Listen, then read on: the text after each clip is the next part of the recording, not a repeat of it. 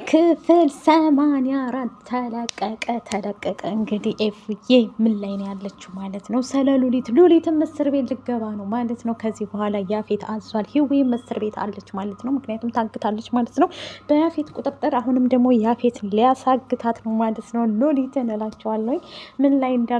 ቢኒም ደግሞ ከዚህ በኋላ የኔና የጽዮን ነገር አበቃ ብሏል ማለት ነው። እሷም ትታው ሄዳለች ማለት ነው። እንግዲህ ገኒም እየመከረችው ነበር ቢኒም ማለት ነው። ቤዚም ደግሞ ሉሊት ማን እንደሚያሳድዳት እየጠየቀቻት ነበር። ለኤፍራታ ጠይቄልኝ ስላለቻት ማለት ነው። ናታልም አዲስ ፍቅረኛ እንደያዘ እሱን ስትሰማ በጣም ተናዳለች ቤዚ ማለት ነው። ሰላም ጤና ይስጥልኝ ወደ ቤተሰቦች። ዛሬ ደግሞ ክፍል 84ን ሀረግን ይዤ መጥቻለሁ ማለት ነው። ሀረጎች እንግዲህ እየገባደዱት ይገኛሉ ማለት ነው። ያፌት ተናዷል። ብዙ ከሰረብኝ እያለ ነው ያክስረውና ማለት ነው። ገና እሱ ከስራ ሉሊትም እንድትታገት ጭራሽ ጣቷን ቆርጣችሁ እንድታመጡልኝ እፈልጋለሁ አለ ማለት ነው። ሉሊት ከዚህ በኋላ እስር ቤት ልገባ ነው ውድ ቤተሰቦች። የሷም ሴቶቹ ጋር ልትቀላቀል ነው ማለት ነው። ሂዊም እንግዲህ ላመልጣለሁ ምናምን እያለች ነበር እስር ቤት ያለችው። በጣም በሚያሳዝን ሁኔታ ያሉበት ሁኔታ በጣም ታሳዝናለች አሁን ማለት ነው። ቤዚ አሁን ላይ ብቻዬን ቀረው፣ ከዚህ በኋላ ማንም የለኝም፣ አባዬ ቢኖር እንደዚህ ሰው አይርቀኝም ነበር እያለች በጣም ተበሳጭታ ነው ያለችው ውድ ቤተሰቦች። በሚያሳዝን ሁኔታ ማንም እንደሌላት እየተናገረች ነው ማለት ነው። ቤዚም አዝናለች ማለት ነው። ሁሉም በነገራችን ላይ አዝነዋል። ግን ቤዚ አሁን ያለችበት ሁኔታ ደግሞ ብቻዋን ስላለች ማንም እንደሌላት እየተናገረች ነው ማለት ነው። ቤዚ እንግዲህ ማን እንደሚያሳድዳት እና ማን እንደሚከተላት እየተናገረች ነው ለእንትና ማለት ነው ውድ ቤተሰቦች፣ ለኤፍራታ አለቃ እንዳላት እየነገረች ነበር ማለት ነው። ቤዚ አሁን ላይ ማስታወሷንም ተናገረች ለዳግም ማለት ነው። ማስታወሻለሁ ከዚህ በፊት የሰራናቸውን ከኤፍራታ ጋር ሆነኛለች ያፌትን ማለት ነው። እያጣራች ነው፣ ልደርስበት ነው ከዚህ በኋላ ማለት ነው። ናታልም እንግዲህ በነገራችን ላይ ናታል ያፈቀራት ልጅ የቤዚ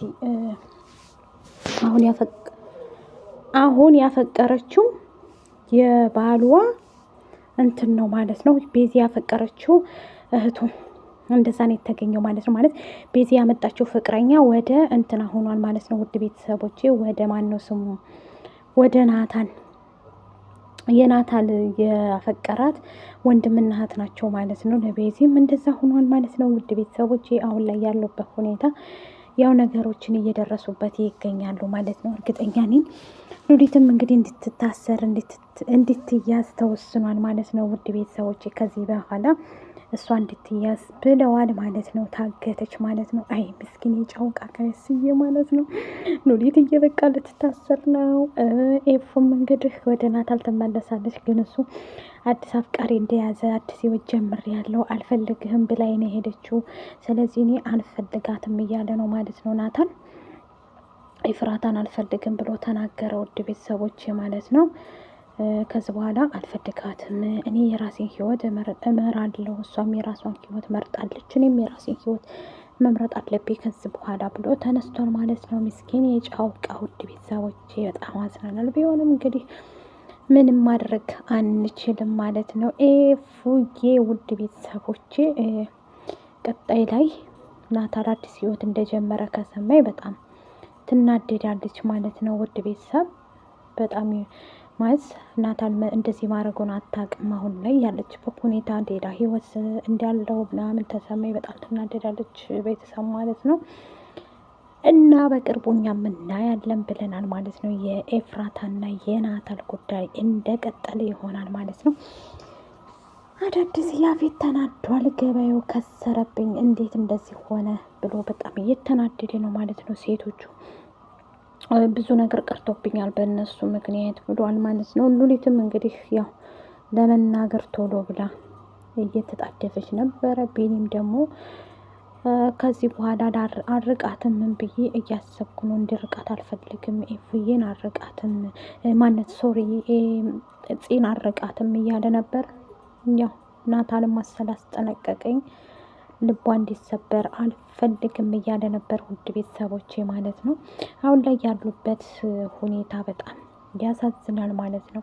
ቤዚ ያሳዘነችኝ ውድ ቤተሰቦቼ ማለት ነው። ማለት አሁን ቤዚ ያለችበት ሁኔታ ብቻዬን ቀረው ማንም የለኝም እያለች እየተጸጸተች፣ በዛ ላይ አዎ ማንም የላትም በርግጥ ቤዚዬ አሁን ያለችበት ሁኔታ በጣም ታሳዝናለች። ማንም እንደሌላት ያስታውቃል።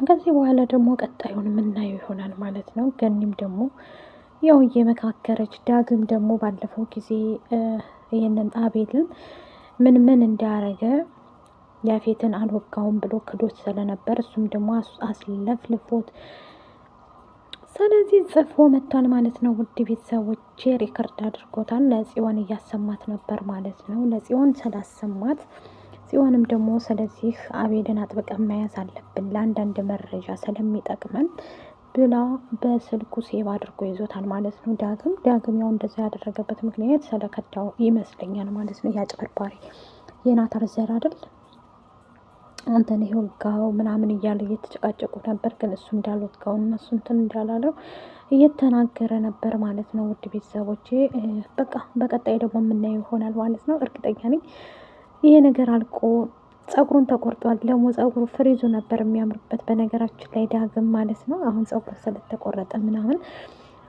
የለም ውበቱ ቀንሷል ማለት ነው። ቀጣይ ደግሞ የምናየው ይሆናል። ቢኒም እንደዛ ውድ ቤተሰቦቼ ማለት ነው። በጽዮን አናደው ነበረ፣ ግን አሁን እንዳትርቃት ተብሏል። የቤዚ አፍቃሪ ደግሞ የናታሊያ ፈቀራት እህትና ወንድም ሆኖ ተገኝተዋል ማለት ነው። በቀጣይም ደግሞ የምናየው ይሆናል ማለት ነው። እንደርስበታለን። ልጅ የምታገኘው ወንድ ተከታትላችሁ ይኸውልኝ ብላለች ማለት ነው። የናታል አፍቃሪ ማለት ነው። አዲስ ናቸው ውድ ቤተሰቦቼ፣ ችግር ናቸው ማለት ነው። አሁን ላይ ያሉበት ሁኔታ ያው በቀጣይ ደግሞ የምናየው ይሆናል ኢንሻአላህ። አዲስ ህይወት ጀምረውም አዲስ እንትንም ጀመሩ አልጀመሩ ዙሮ እናያለን ቀስ በቀስ ማለት ነው። የናታ